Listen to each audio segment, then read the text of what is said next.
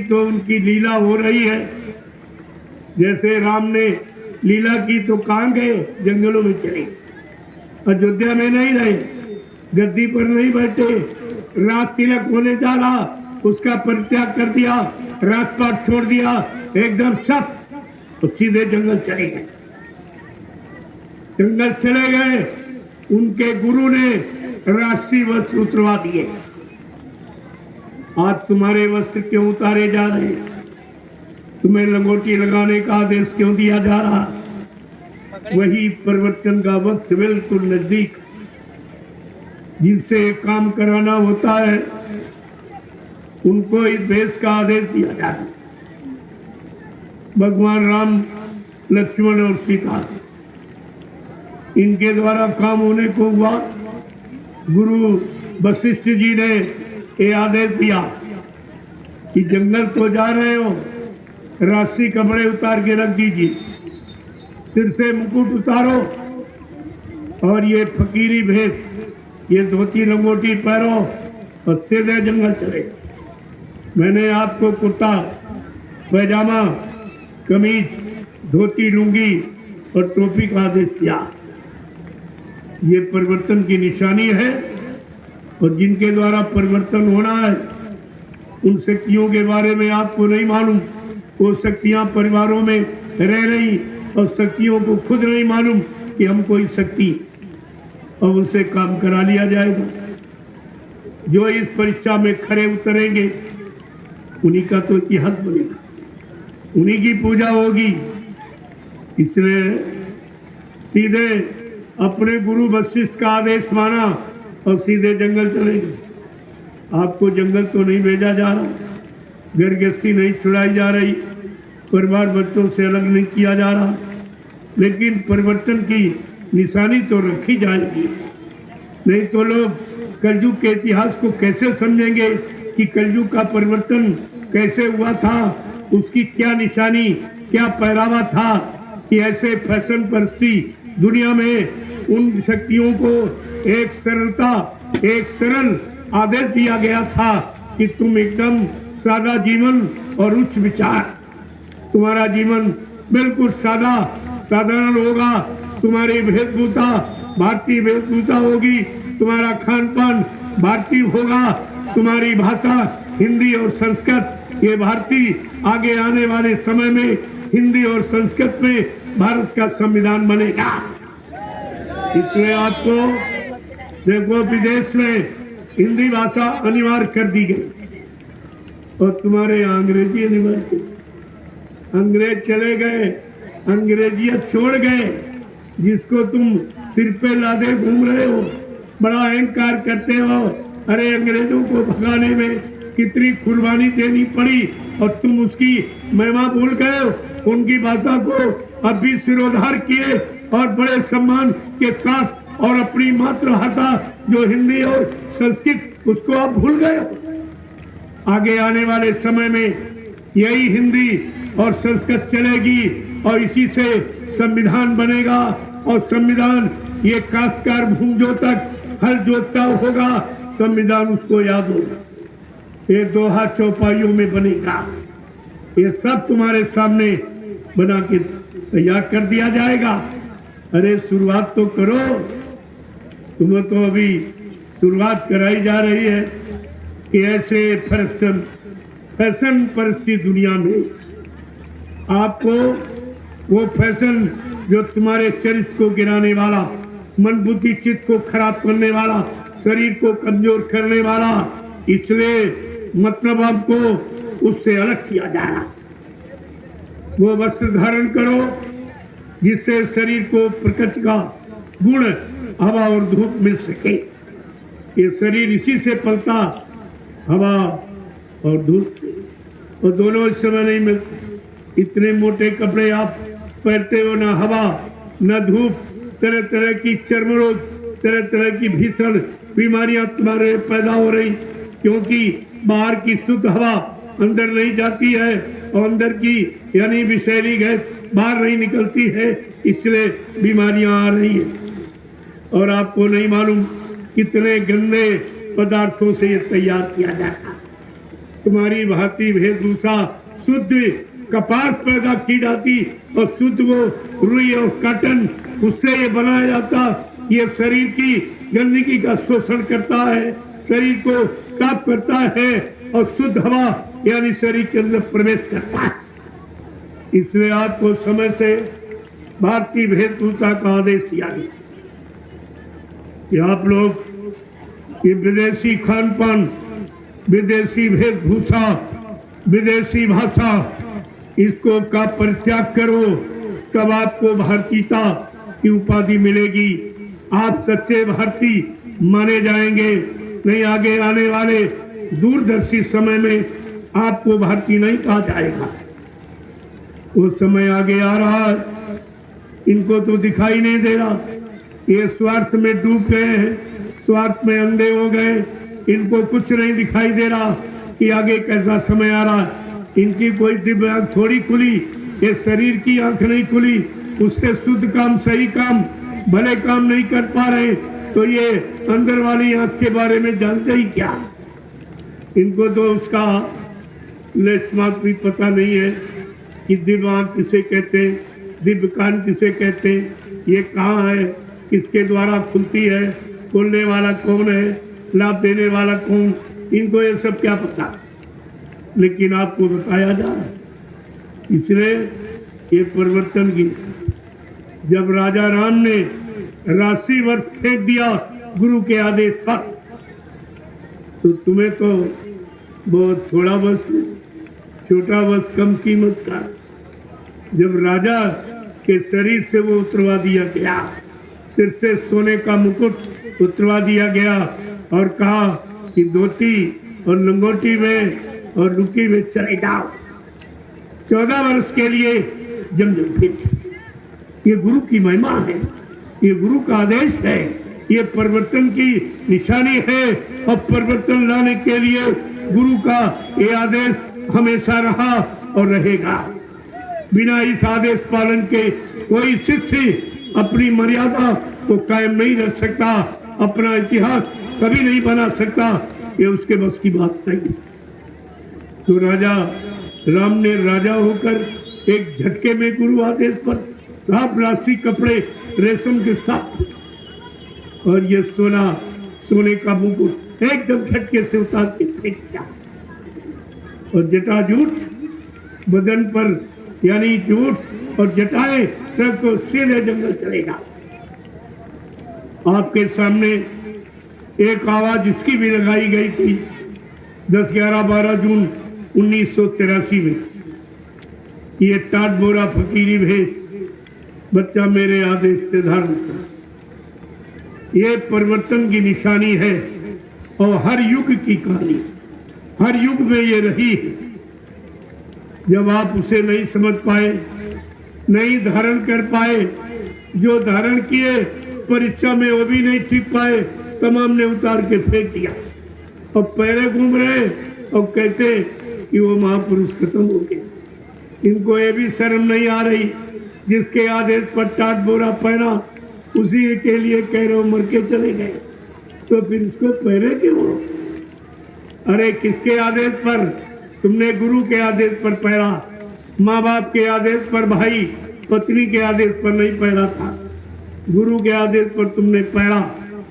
जैसे उदाहरण के लिए जब बेटी श्रृंगार करती है तो अपने पति के लिए, पति के नाम पर श्रृंगार करती, जब पति मर जाता तो उसका श्रृंगार परिवार वाले उतार के फेंक देते कि तुम्हें ये श्रृंगार करने का कोई आदेश नहीं। आज जो लोग कह रहे हैं बाबा जी मर गए और टाट बोरा पहने घूम रहे हैं, उनको उसी विधवा स्त्री की तरह टाट बोरा उतार के फेंक देना चाहिए। ये तुम्हारे लिए शोभा नहीं देता।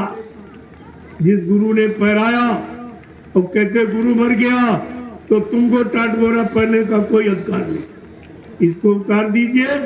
मैं आगे आने वाली ये भारत की जनता तुम्हारा टाट बोरा नोच के फेंक देगी और कहेगी तू भी झूठा, तेरा गुरु भी झूठा।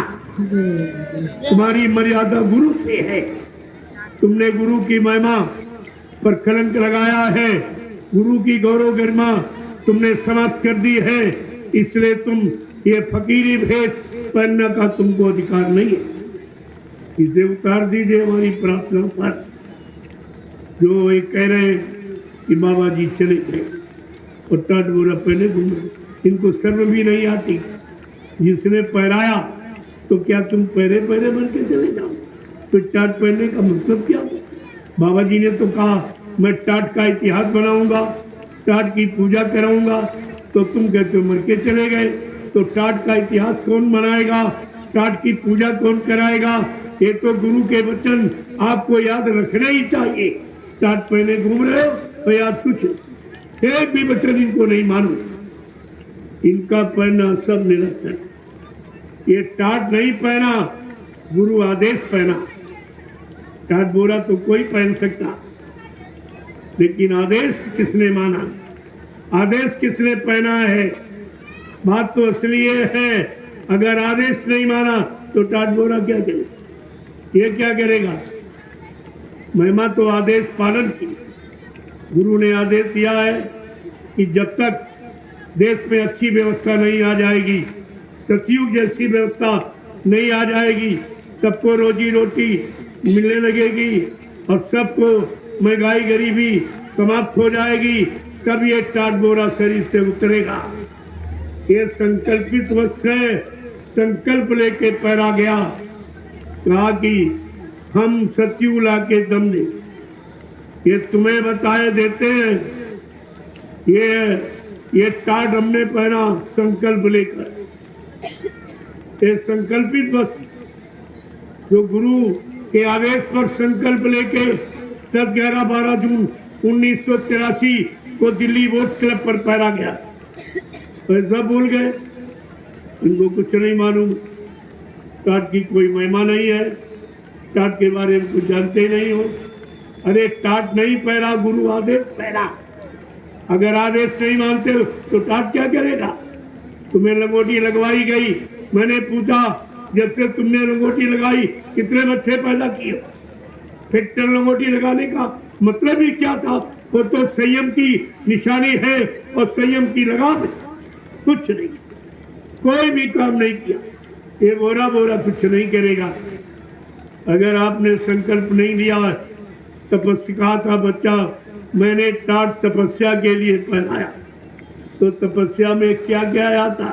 तपस्या आशाएं, इच्छाएं, वासनाएं, कामनाएं, इनको थपा माने जला देना, खत्म कर देना, हटा देना, इसको कहते तपस्या। ये बेचारे तपस्या का अर्थ भी नहीं जानते, इनको पता नहीं सब क्या है, और सब ऐसे रहेंगे, सब ऐसे कुछ नहीं कर पाए। तो आपको ये समय से आदेश मिला है, अपने सादगी भारतीय वेशभूषा में आ जाओ। अगर मन बुद्धि चित्त को ठीक करना चाहते हो, काम क्रोध लोभ मोह अहंकार के प्रेशर से बचना चाहते हो, तो आपको सादगी वेश में आना। ये कपड़े भी मन को खराब करते, तुम्हारे मन को खराब करते ही है, जो तुम्हें देखागा उसका भी मन खराब होता। तुम दो नुकसान करते हो, अपना मन खराब करते हो, दूसरों का खराब करते हो। ये डबल अपराध आप करते हो। इसलिए भारतीय वेशभूषा में आ जाइए। हमारी प्रार्थना है संत मत के समस्त प्रेमियों, हिंदुस्तान के जितने संत मत में रहने वाले प्रेमी, आज ये समय भारतीय वेशभूषा धारण करने का, भारतीय खान पान जो सीजनल अनाज और सीजनल दालें और सीजनल सब्जियां, फल फूल मेवे, दूध मक्खन मलाई घी, इस भोजन को करने का समय है। अगर बीमारी महामारी लड़ाई झगड़े से आप बचना चाहते हो, आप चरित्रवान यानी मतलब बनना चाहते हो, तो आपको ये सब करना पड़ेगा, ये सब आपको करना पड़ेगा। तो आप भारतीय वेशभूषा में आ जाइए। हमारे भारत की पहचान है कुर्ता धोती, कमीज पैजामा, टोपी और लुंगी, ये पहचान है। इसको आप धारण करिए, देखिए शरीर को कितना लाभ मिलता है, तुम्हारा मन कितना शांत होता है, विकारों में कभी नहीं जाएगा, इधर उधर कभी नहीं भगेगा, भोगों की तलाश कभी नहीं करेगा। इतना लाभ तो इसका। दूसरा है भारतीय खान पान। तुम्हारे 3 भोजन है, 3 आहार, सतोगुणी, तमोगुणी और रजोगुणी। जब तमोगुणी आहार करोगे, तामसी, मिर्च मसाला, चटपटे, तो फिर तुम हिंसा करोगे, मारपीट करोगे, गाली गलौज करोगे, तरह तरह से लूटपाट, हिंसा यानी ये सब काम आपको। ये तामसी आहार का गुण है। और रजोगुणी आहार करोगे तो भोगी विलासी, कामी बन जाओगे। और मतलब यानी माँ बहन बेटी कुछ नहीं समझ में आएगी, बिल्कुल काम तुमको अंधा कर देगा और पाप में एकदम डुबो देगा। और सतोगुणी आहार, जो कुदरत ने तुम्हें सत्य पथ पर चलाने के लिए, सच्चिदानंद प्राप्त करने के लिए, जीवात्मा को सतलोक सचखंड जाने के लिए ये सद्गुणी आहार तैयार। आप इसका सेवन करें तो देख लीजिए, ये सब काम सब तुम्हारे पास है। केवल करना आप भूल गए हो, करनी सुधार लो तो सब तुम्हारा ठीक हो जाए। कहीं से कुछ लाना नहीं, सब तुम्हारे अंदर है। लेकिन अब जब आप कोई बात सुनते ही नहीं हो, अच्छी बात मानते नहीं हो, तो भी भ्रमित तो आप हो जाओ।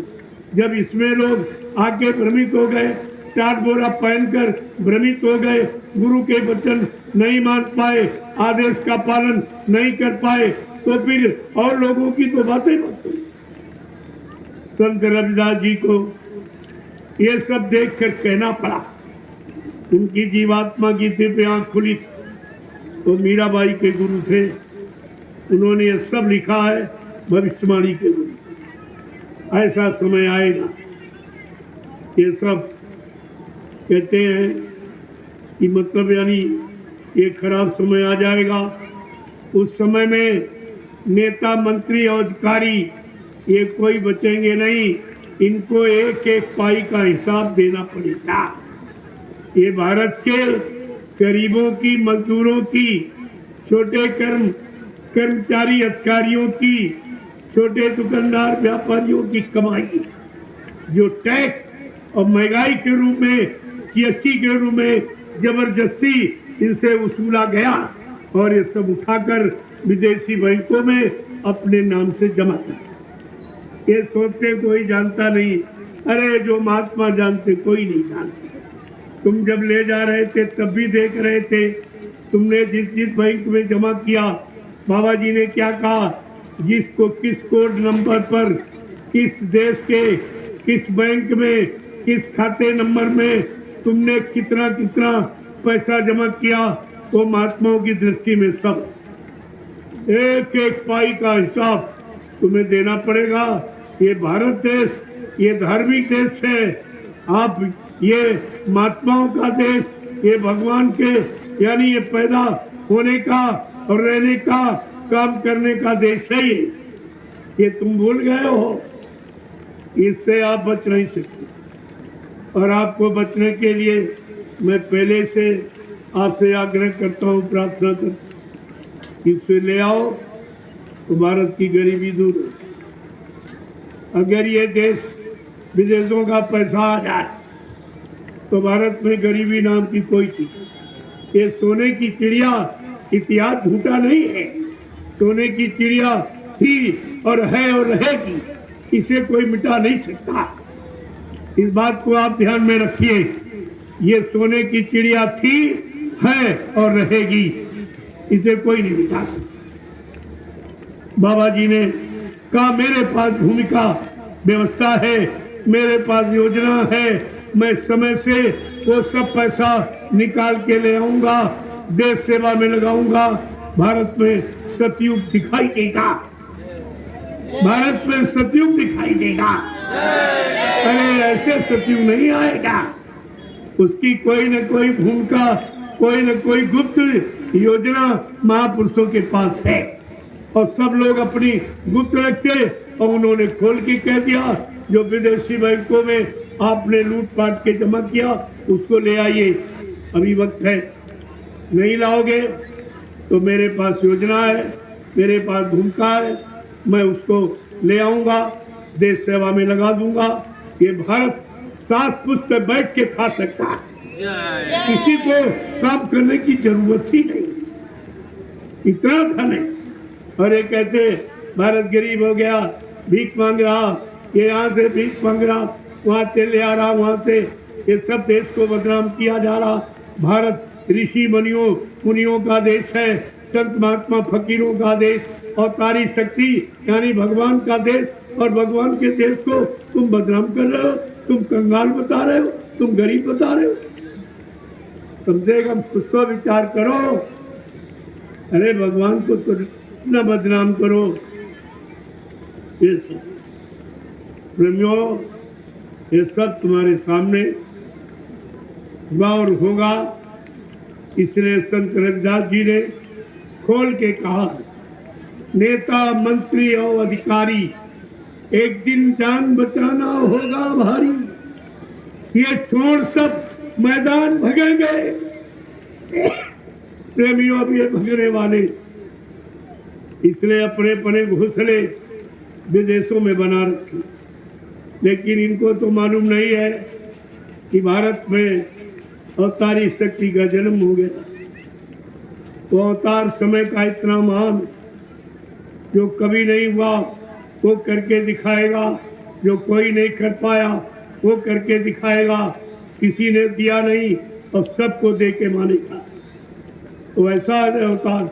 अब इनको अवतार की क्या खबर है, अवतार हुआ कि नहीं हुआ, कहाँ हुआ, कैसा हुआ, इन्हें क्या मालूम। लेकिन रविदास जी ने अगर संतों की वाणी ये लोग पढ़ लेते, सुन लेते, तो शायद इतनी भारी भूल गलती नहीं करते, इनको विश्वास हो जाता। जब रविदास जी ने कहा भारत में ऐसी शक्ति का अवतार होगा, भारत में अवतारी होगा जो अति विस्मयकारी होगा। देखिए कितनी बड़ी बात संतों ने लिखी है।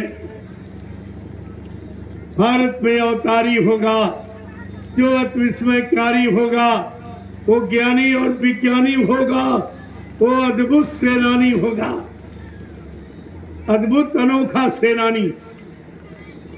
और क्या कहा, एक ऐसी अनोखी लीला करेगा कि अब मर के कोई कभी जिंदा होता है।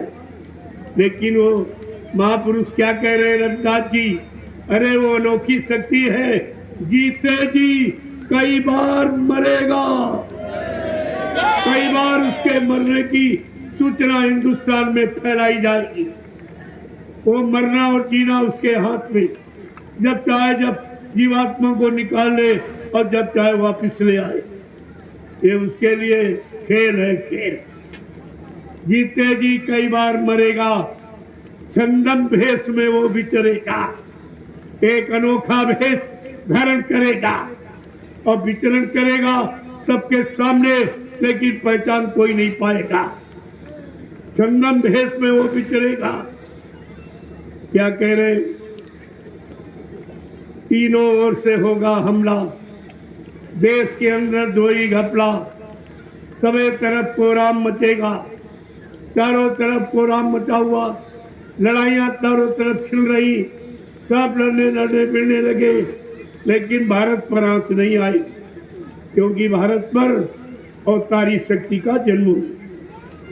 वो अपने भारत देश को बचाने के लिए विश्व युद्ध होगा, लेकिन जो विश्व युद्ध को टाल देगा वो भारत का महापुरुष कहलाएगा। जो विश्व युद्ध हो रहा हो रोक दे, वो महापुरुष कहलाएगा। तो वो कितनी बड़ी बात। अणुबम परमाणु बम चलाए जाएंगे जो एक देश को नष्ट कर सकते हैं, तो ये सब चलेंगे। और इनकी विषैली कैसे जब भारत की तरफ आएंगी, वो महापुरुष उल्टी हवा चला देगा, वो विषैली कैसे उन्हीं देश के में चली जाएगी और वहाँ के जीवों को मार देगी। वो समय का महापुरुष होगा जो उल्टी हवा चलाकर उन अणुबम परमाणु बम की जहरीली गैस जिससे लोग मर जाते हैं, वो उन्हीं देशों पर चली जाएगी। अरे उसको महापुरुष कहा जाएगा। अभी ये भी तो परीक्षा हो जाएगी, तमाम लोग अपने नाम के आगे संत लिख रहे, सदगुरु लिख रहे, सरकार लिख रहे, महाराज लिख रहे, भगवान लिख रहे। अरे पता चल जाएगा कि समय का महान कौन है, जो महान काम करेगा, सबके हित का, सबके बचाव का, जो कोई नहीं कर सका वो काम करके दिखाएगा, वो समय का महापुरुष कहलाएगा। अभी आप जानते ही क्या हो, ये सब तुम्हारे सामने होगा और हो रहा है, वही नहीं समझ पाए हो। ये लीला क्यों हुई, किस काम के लिए हुई, किस पहचान के लिए हुई, आपको तो कुछ मालूम है नहीं। बताया जा रहा तो तुम्हारी समझ में नहीं आ रहा, क्योंकि तुमने इतनी दुकानें खोल दी। जय गुरुदेव नाम से कितनी दुकानें, जगह जगह जगह, और बात किसी को नहीं मालूम, ये राज किसी को नहीं मालूम क्या है, ये क्यों हुआ, इससे क्या लाभ मिलेगा, ये क्या इतिहास कैसा बनेगा, ये उसके लिए हुआ। ये कलयुग का इतिहास बिल्कुल अनोखा अनोखा। तो ये बात तो इसलिए उन्होंने कहा, और कहा ये उन्होंने तो साफ साफ, तब तो नेता नाम था ही नहीं, ये तो आजादी के बाद नेता नाम आया। नेता केवल सुभाष चंद्र बोस को कहा गया और कोई नेता बेटा नहीं। ये तो नेता वो हैं जो सबसे सब कुछ लेता, किसी को कुछ न देता, उसको कहते नेता। ये तो आज का ये वो नेतृत्व करने वाला, जो देश का नेतृत्व करे, सही दिशा लोगों को दे, सही रास्ते पर चलाए और सबको शांति सुख और न्याय सुरक्षा रोजी रोटी दे, अरे उसको कहते नेतृत्व करने वाला सही नेता। ये तो ऐसे नेता लूटपाट वाले, इनसे तो आपको कुछ नहीं मिला सिवाय दुख तकलीफ, मुसीबत आपत्ति, महंगाई, गरीबी, बेरोजगारी, हिंसा, इसके सिवा कुछ मिला ही नहीं। इनके पास कुछ है ही नहीं, ये दे ही क्या सकते, जब कुछ है नहीं तो क्या देंगे आप। प्रेमियों ये सब, लेकिन संत कभी किसी के पक्ष में नहीं बोलते, वो सत्य सही निर्णय दिया कि आगे नेता मंत्री और अधिकारी, भारत माता पर अत्याचार करने वाले यही, लूटने वाले यही, जनता को टैक्स और महंगाई और इससे यानी मतलब लूट लूट कर विदेशी बैंक की भरने वाले यही। उनके लिए मैं नहीं कह रहा, ये रविदास जी मीराबाई के गुरु कह रहे, मैं तो उनकी बात बता रहा हूँ। उन्होंने भविष्यवाणी में क्या कहा, नेता मंत्री और अधिकारी, इनको जान बचाना होगा भारी। आज भारत की जनता की जान खतरे में डाल रहे हैं, एक दिन इनके ऊपर भी ये नंबर आने वाला। नेता मंत्री और अधिकारी, इनको जान बचाना होगा भारी। ये छोड़ सब मैदान भगेंगे, ये हिंदुस्तान को छोड़कर भगने का प्रयास करेंगे, लेकिन दूरदर्शी इनको एरोड्रम पर पकड़ लेगी, एरोड्रम पर पकड़ लेगी। ये कोई नहीं जाने पाएंगे इनको। अभी दूरदर्शी व्यवस्था मालूम ही क्या, ये दूरदर्शी कैसा जाल है, जो संतों की बनाई हुई योजना भूमि का व्यवस्था है। कोई अत्याचारी अनाचारी कोई बचने वाला नहीं है। दूरदर्शी बना जाल डाला, देखो जग कैसे फंसता नहीं। प्रेमियों तब कहा था ये भगेंगे देश छोड़कर, लेकिन जो महापुरुष जो अवतार हुआ है भारत भूमि पर अत्याचार अनाचार पापाचार व्यभिचार ये मिटाने के लिए, वो क्या करेगा, ढूंढ ढूंढ कर बदला लेगा, सब हिसाब चुकता कर देगा। ये करेगा वो ये करने आया। इससे कौन बचेगा, इनको भी खबर ही क्या, ये तो अपने भोगों की मस्ती में झूम रहे हैं। इन्हें क्या मालूम हर कर्म का फल यहीं पर भोगना पड़ता।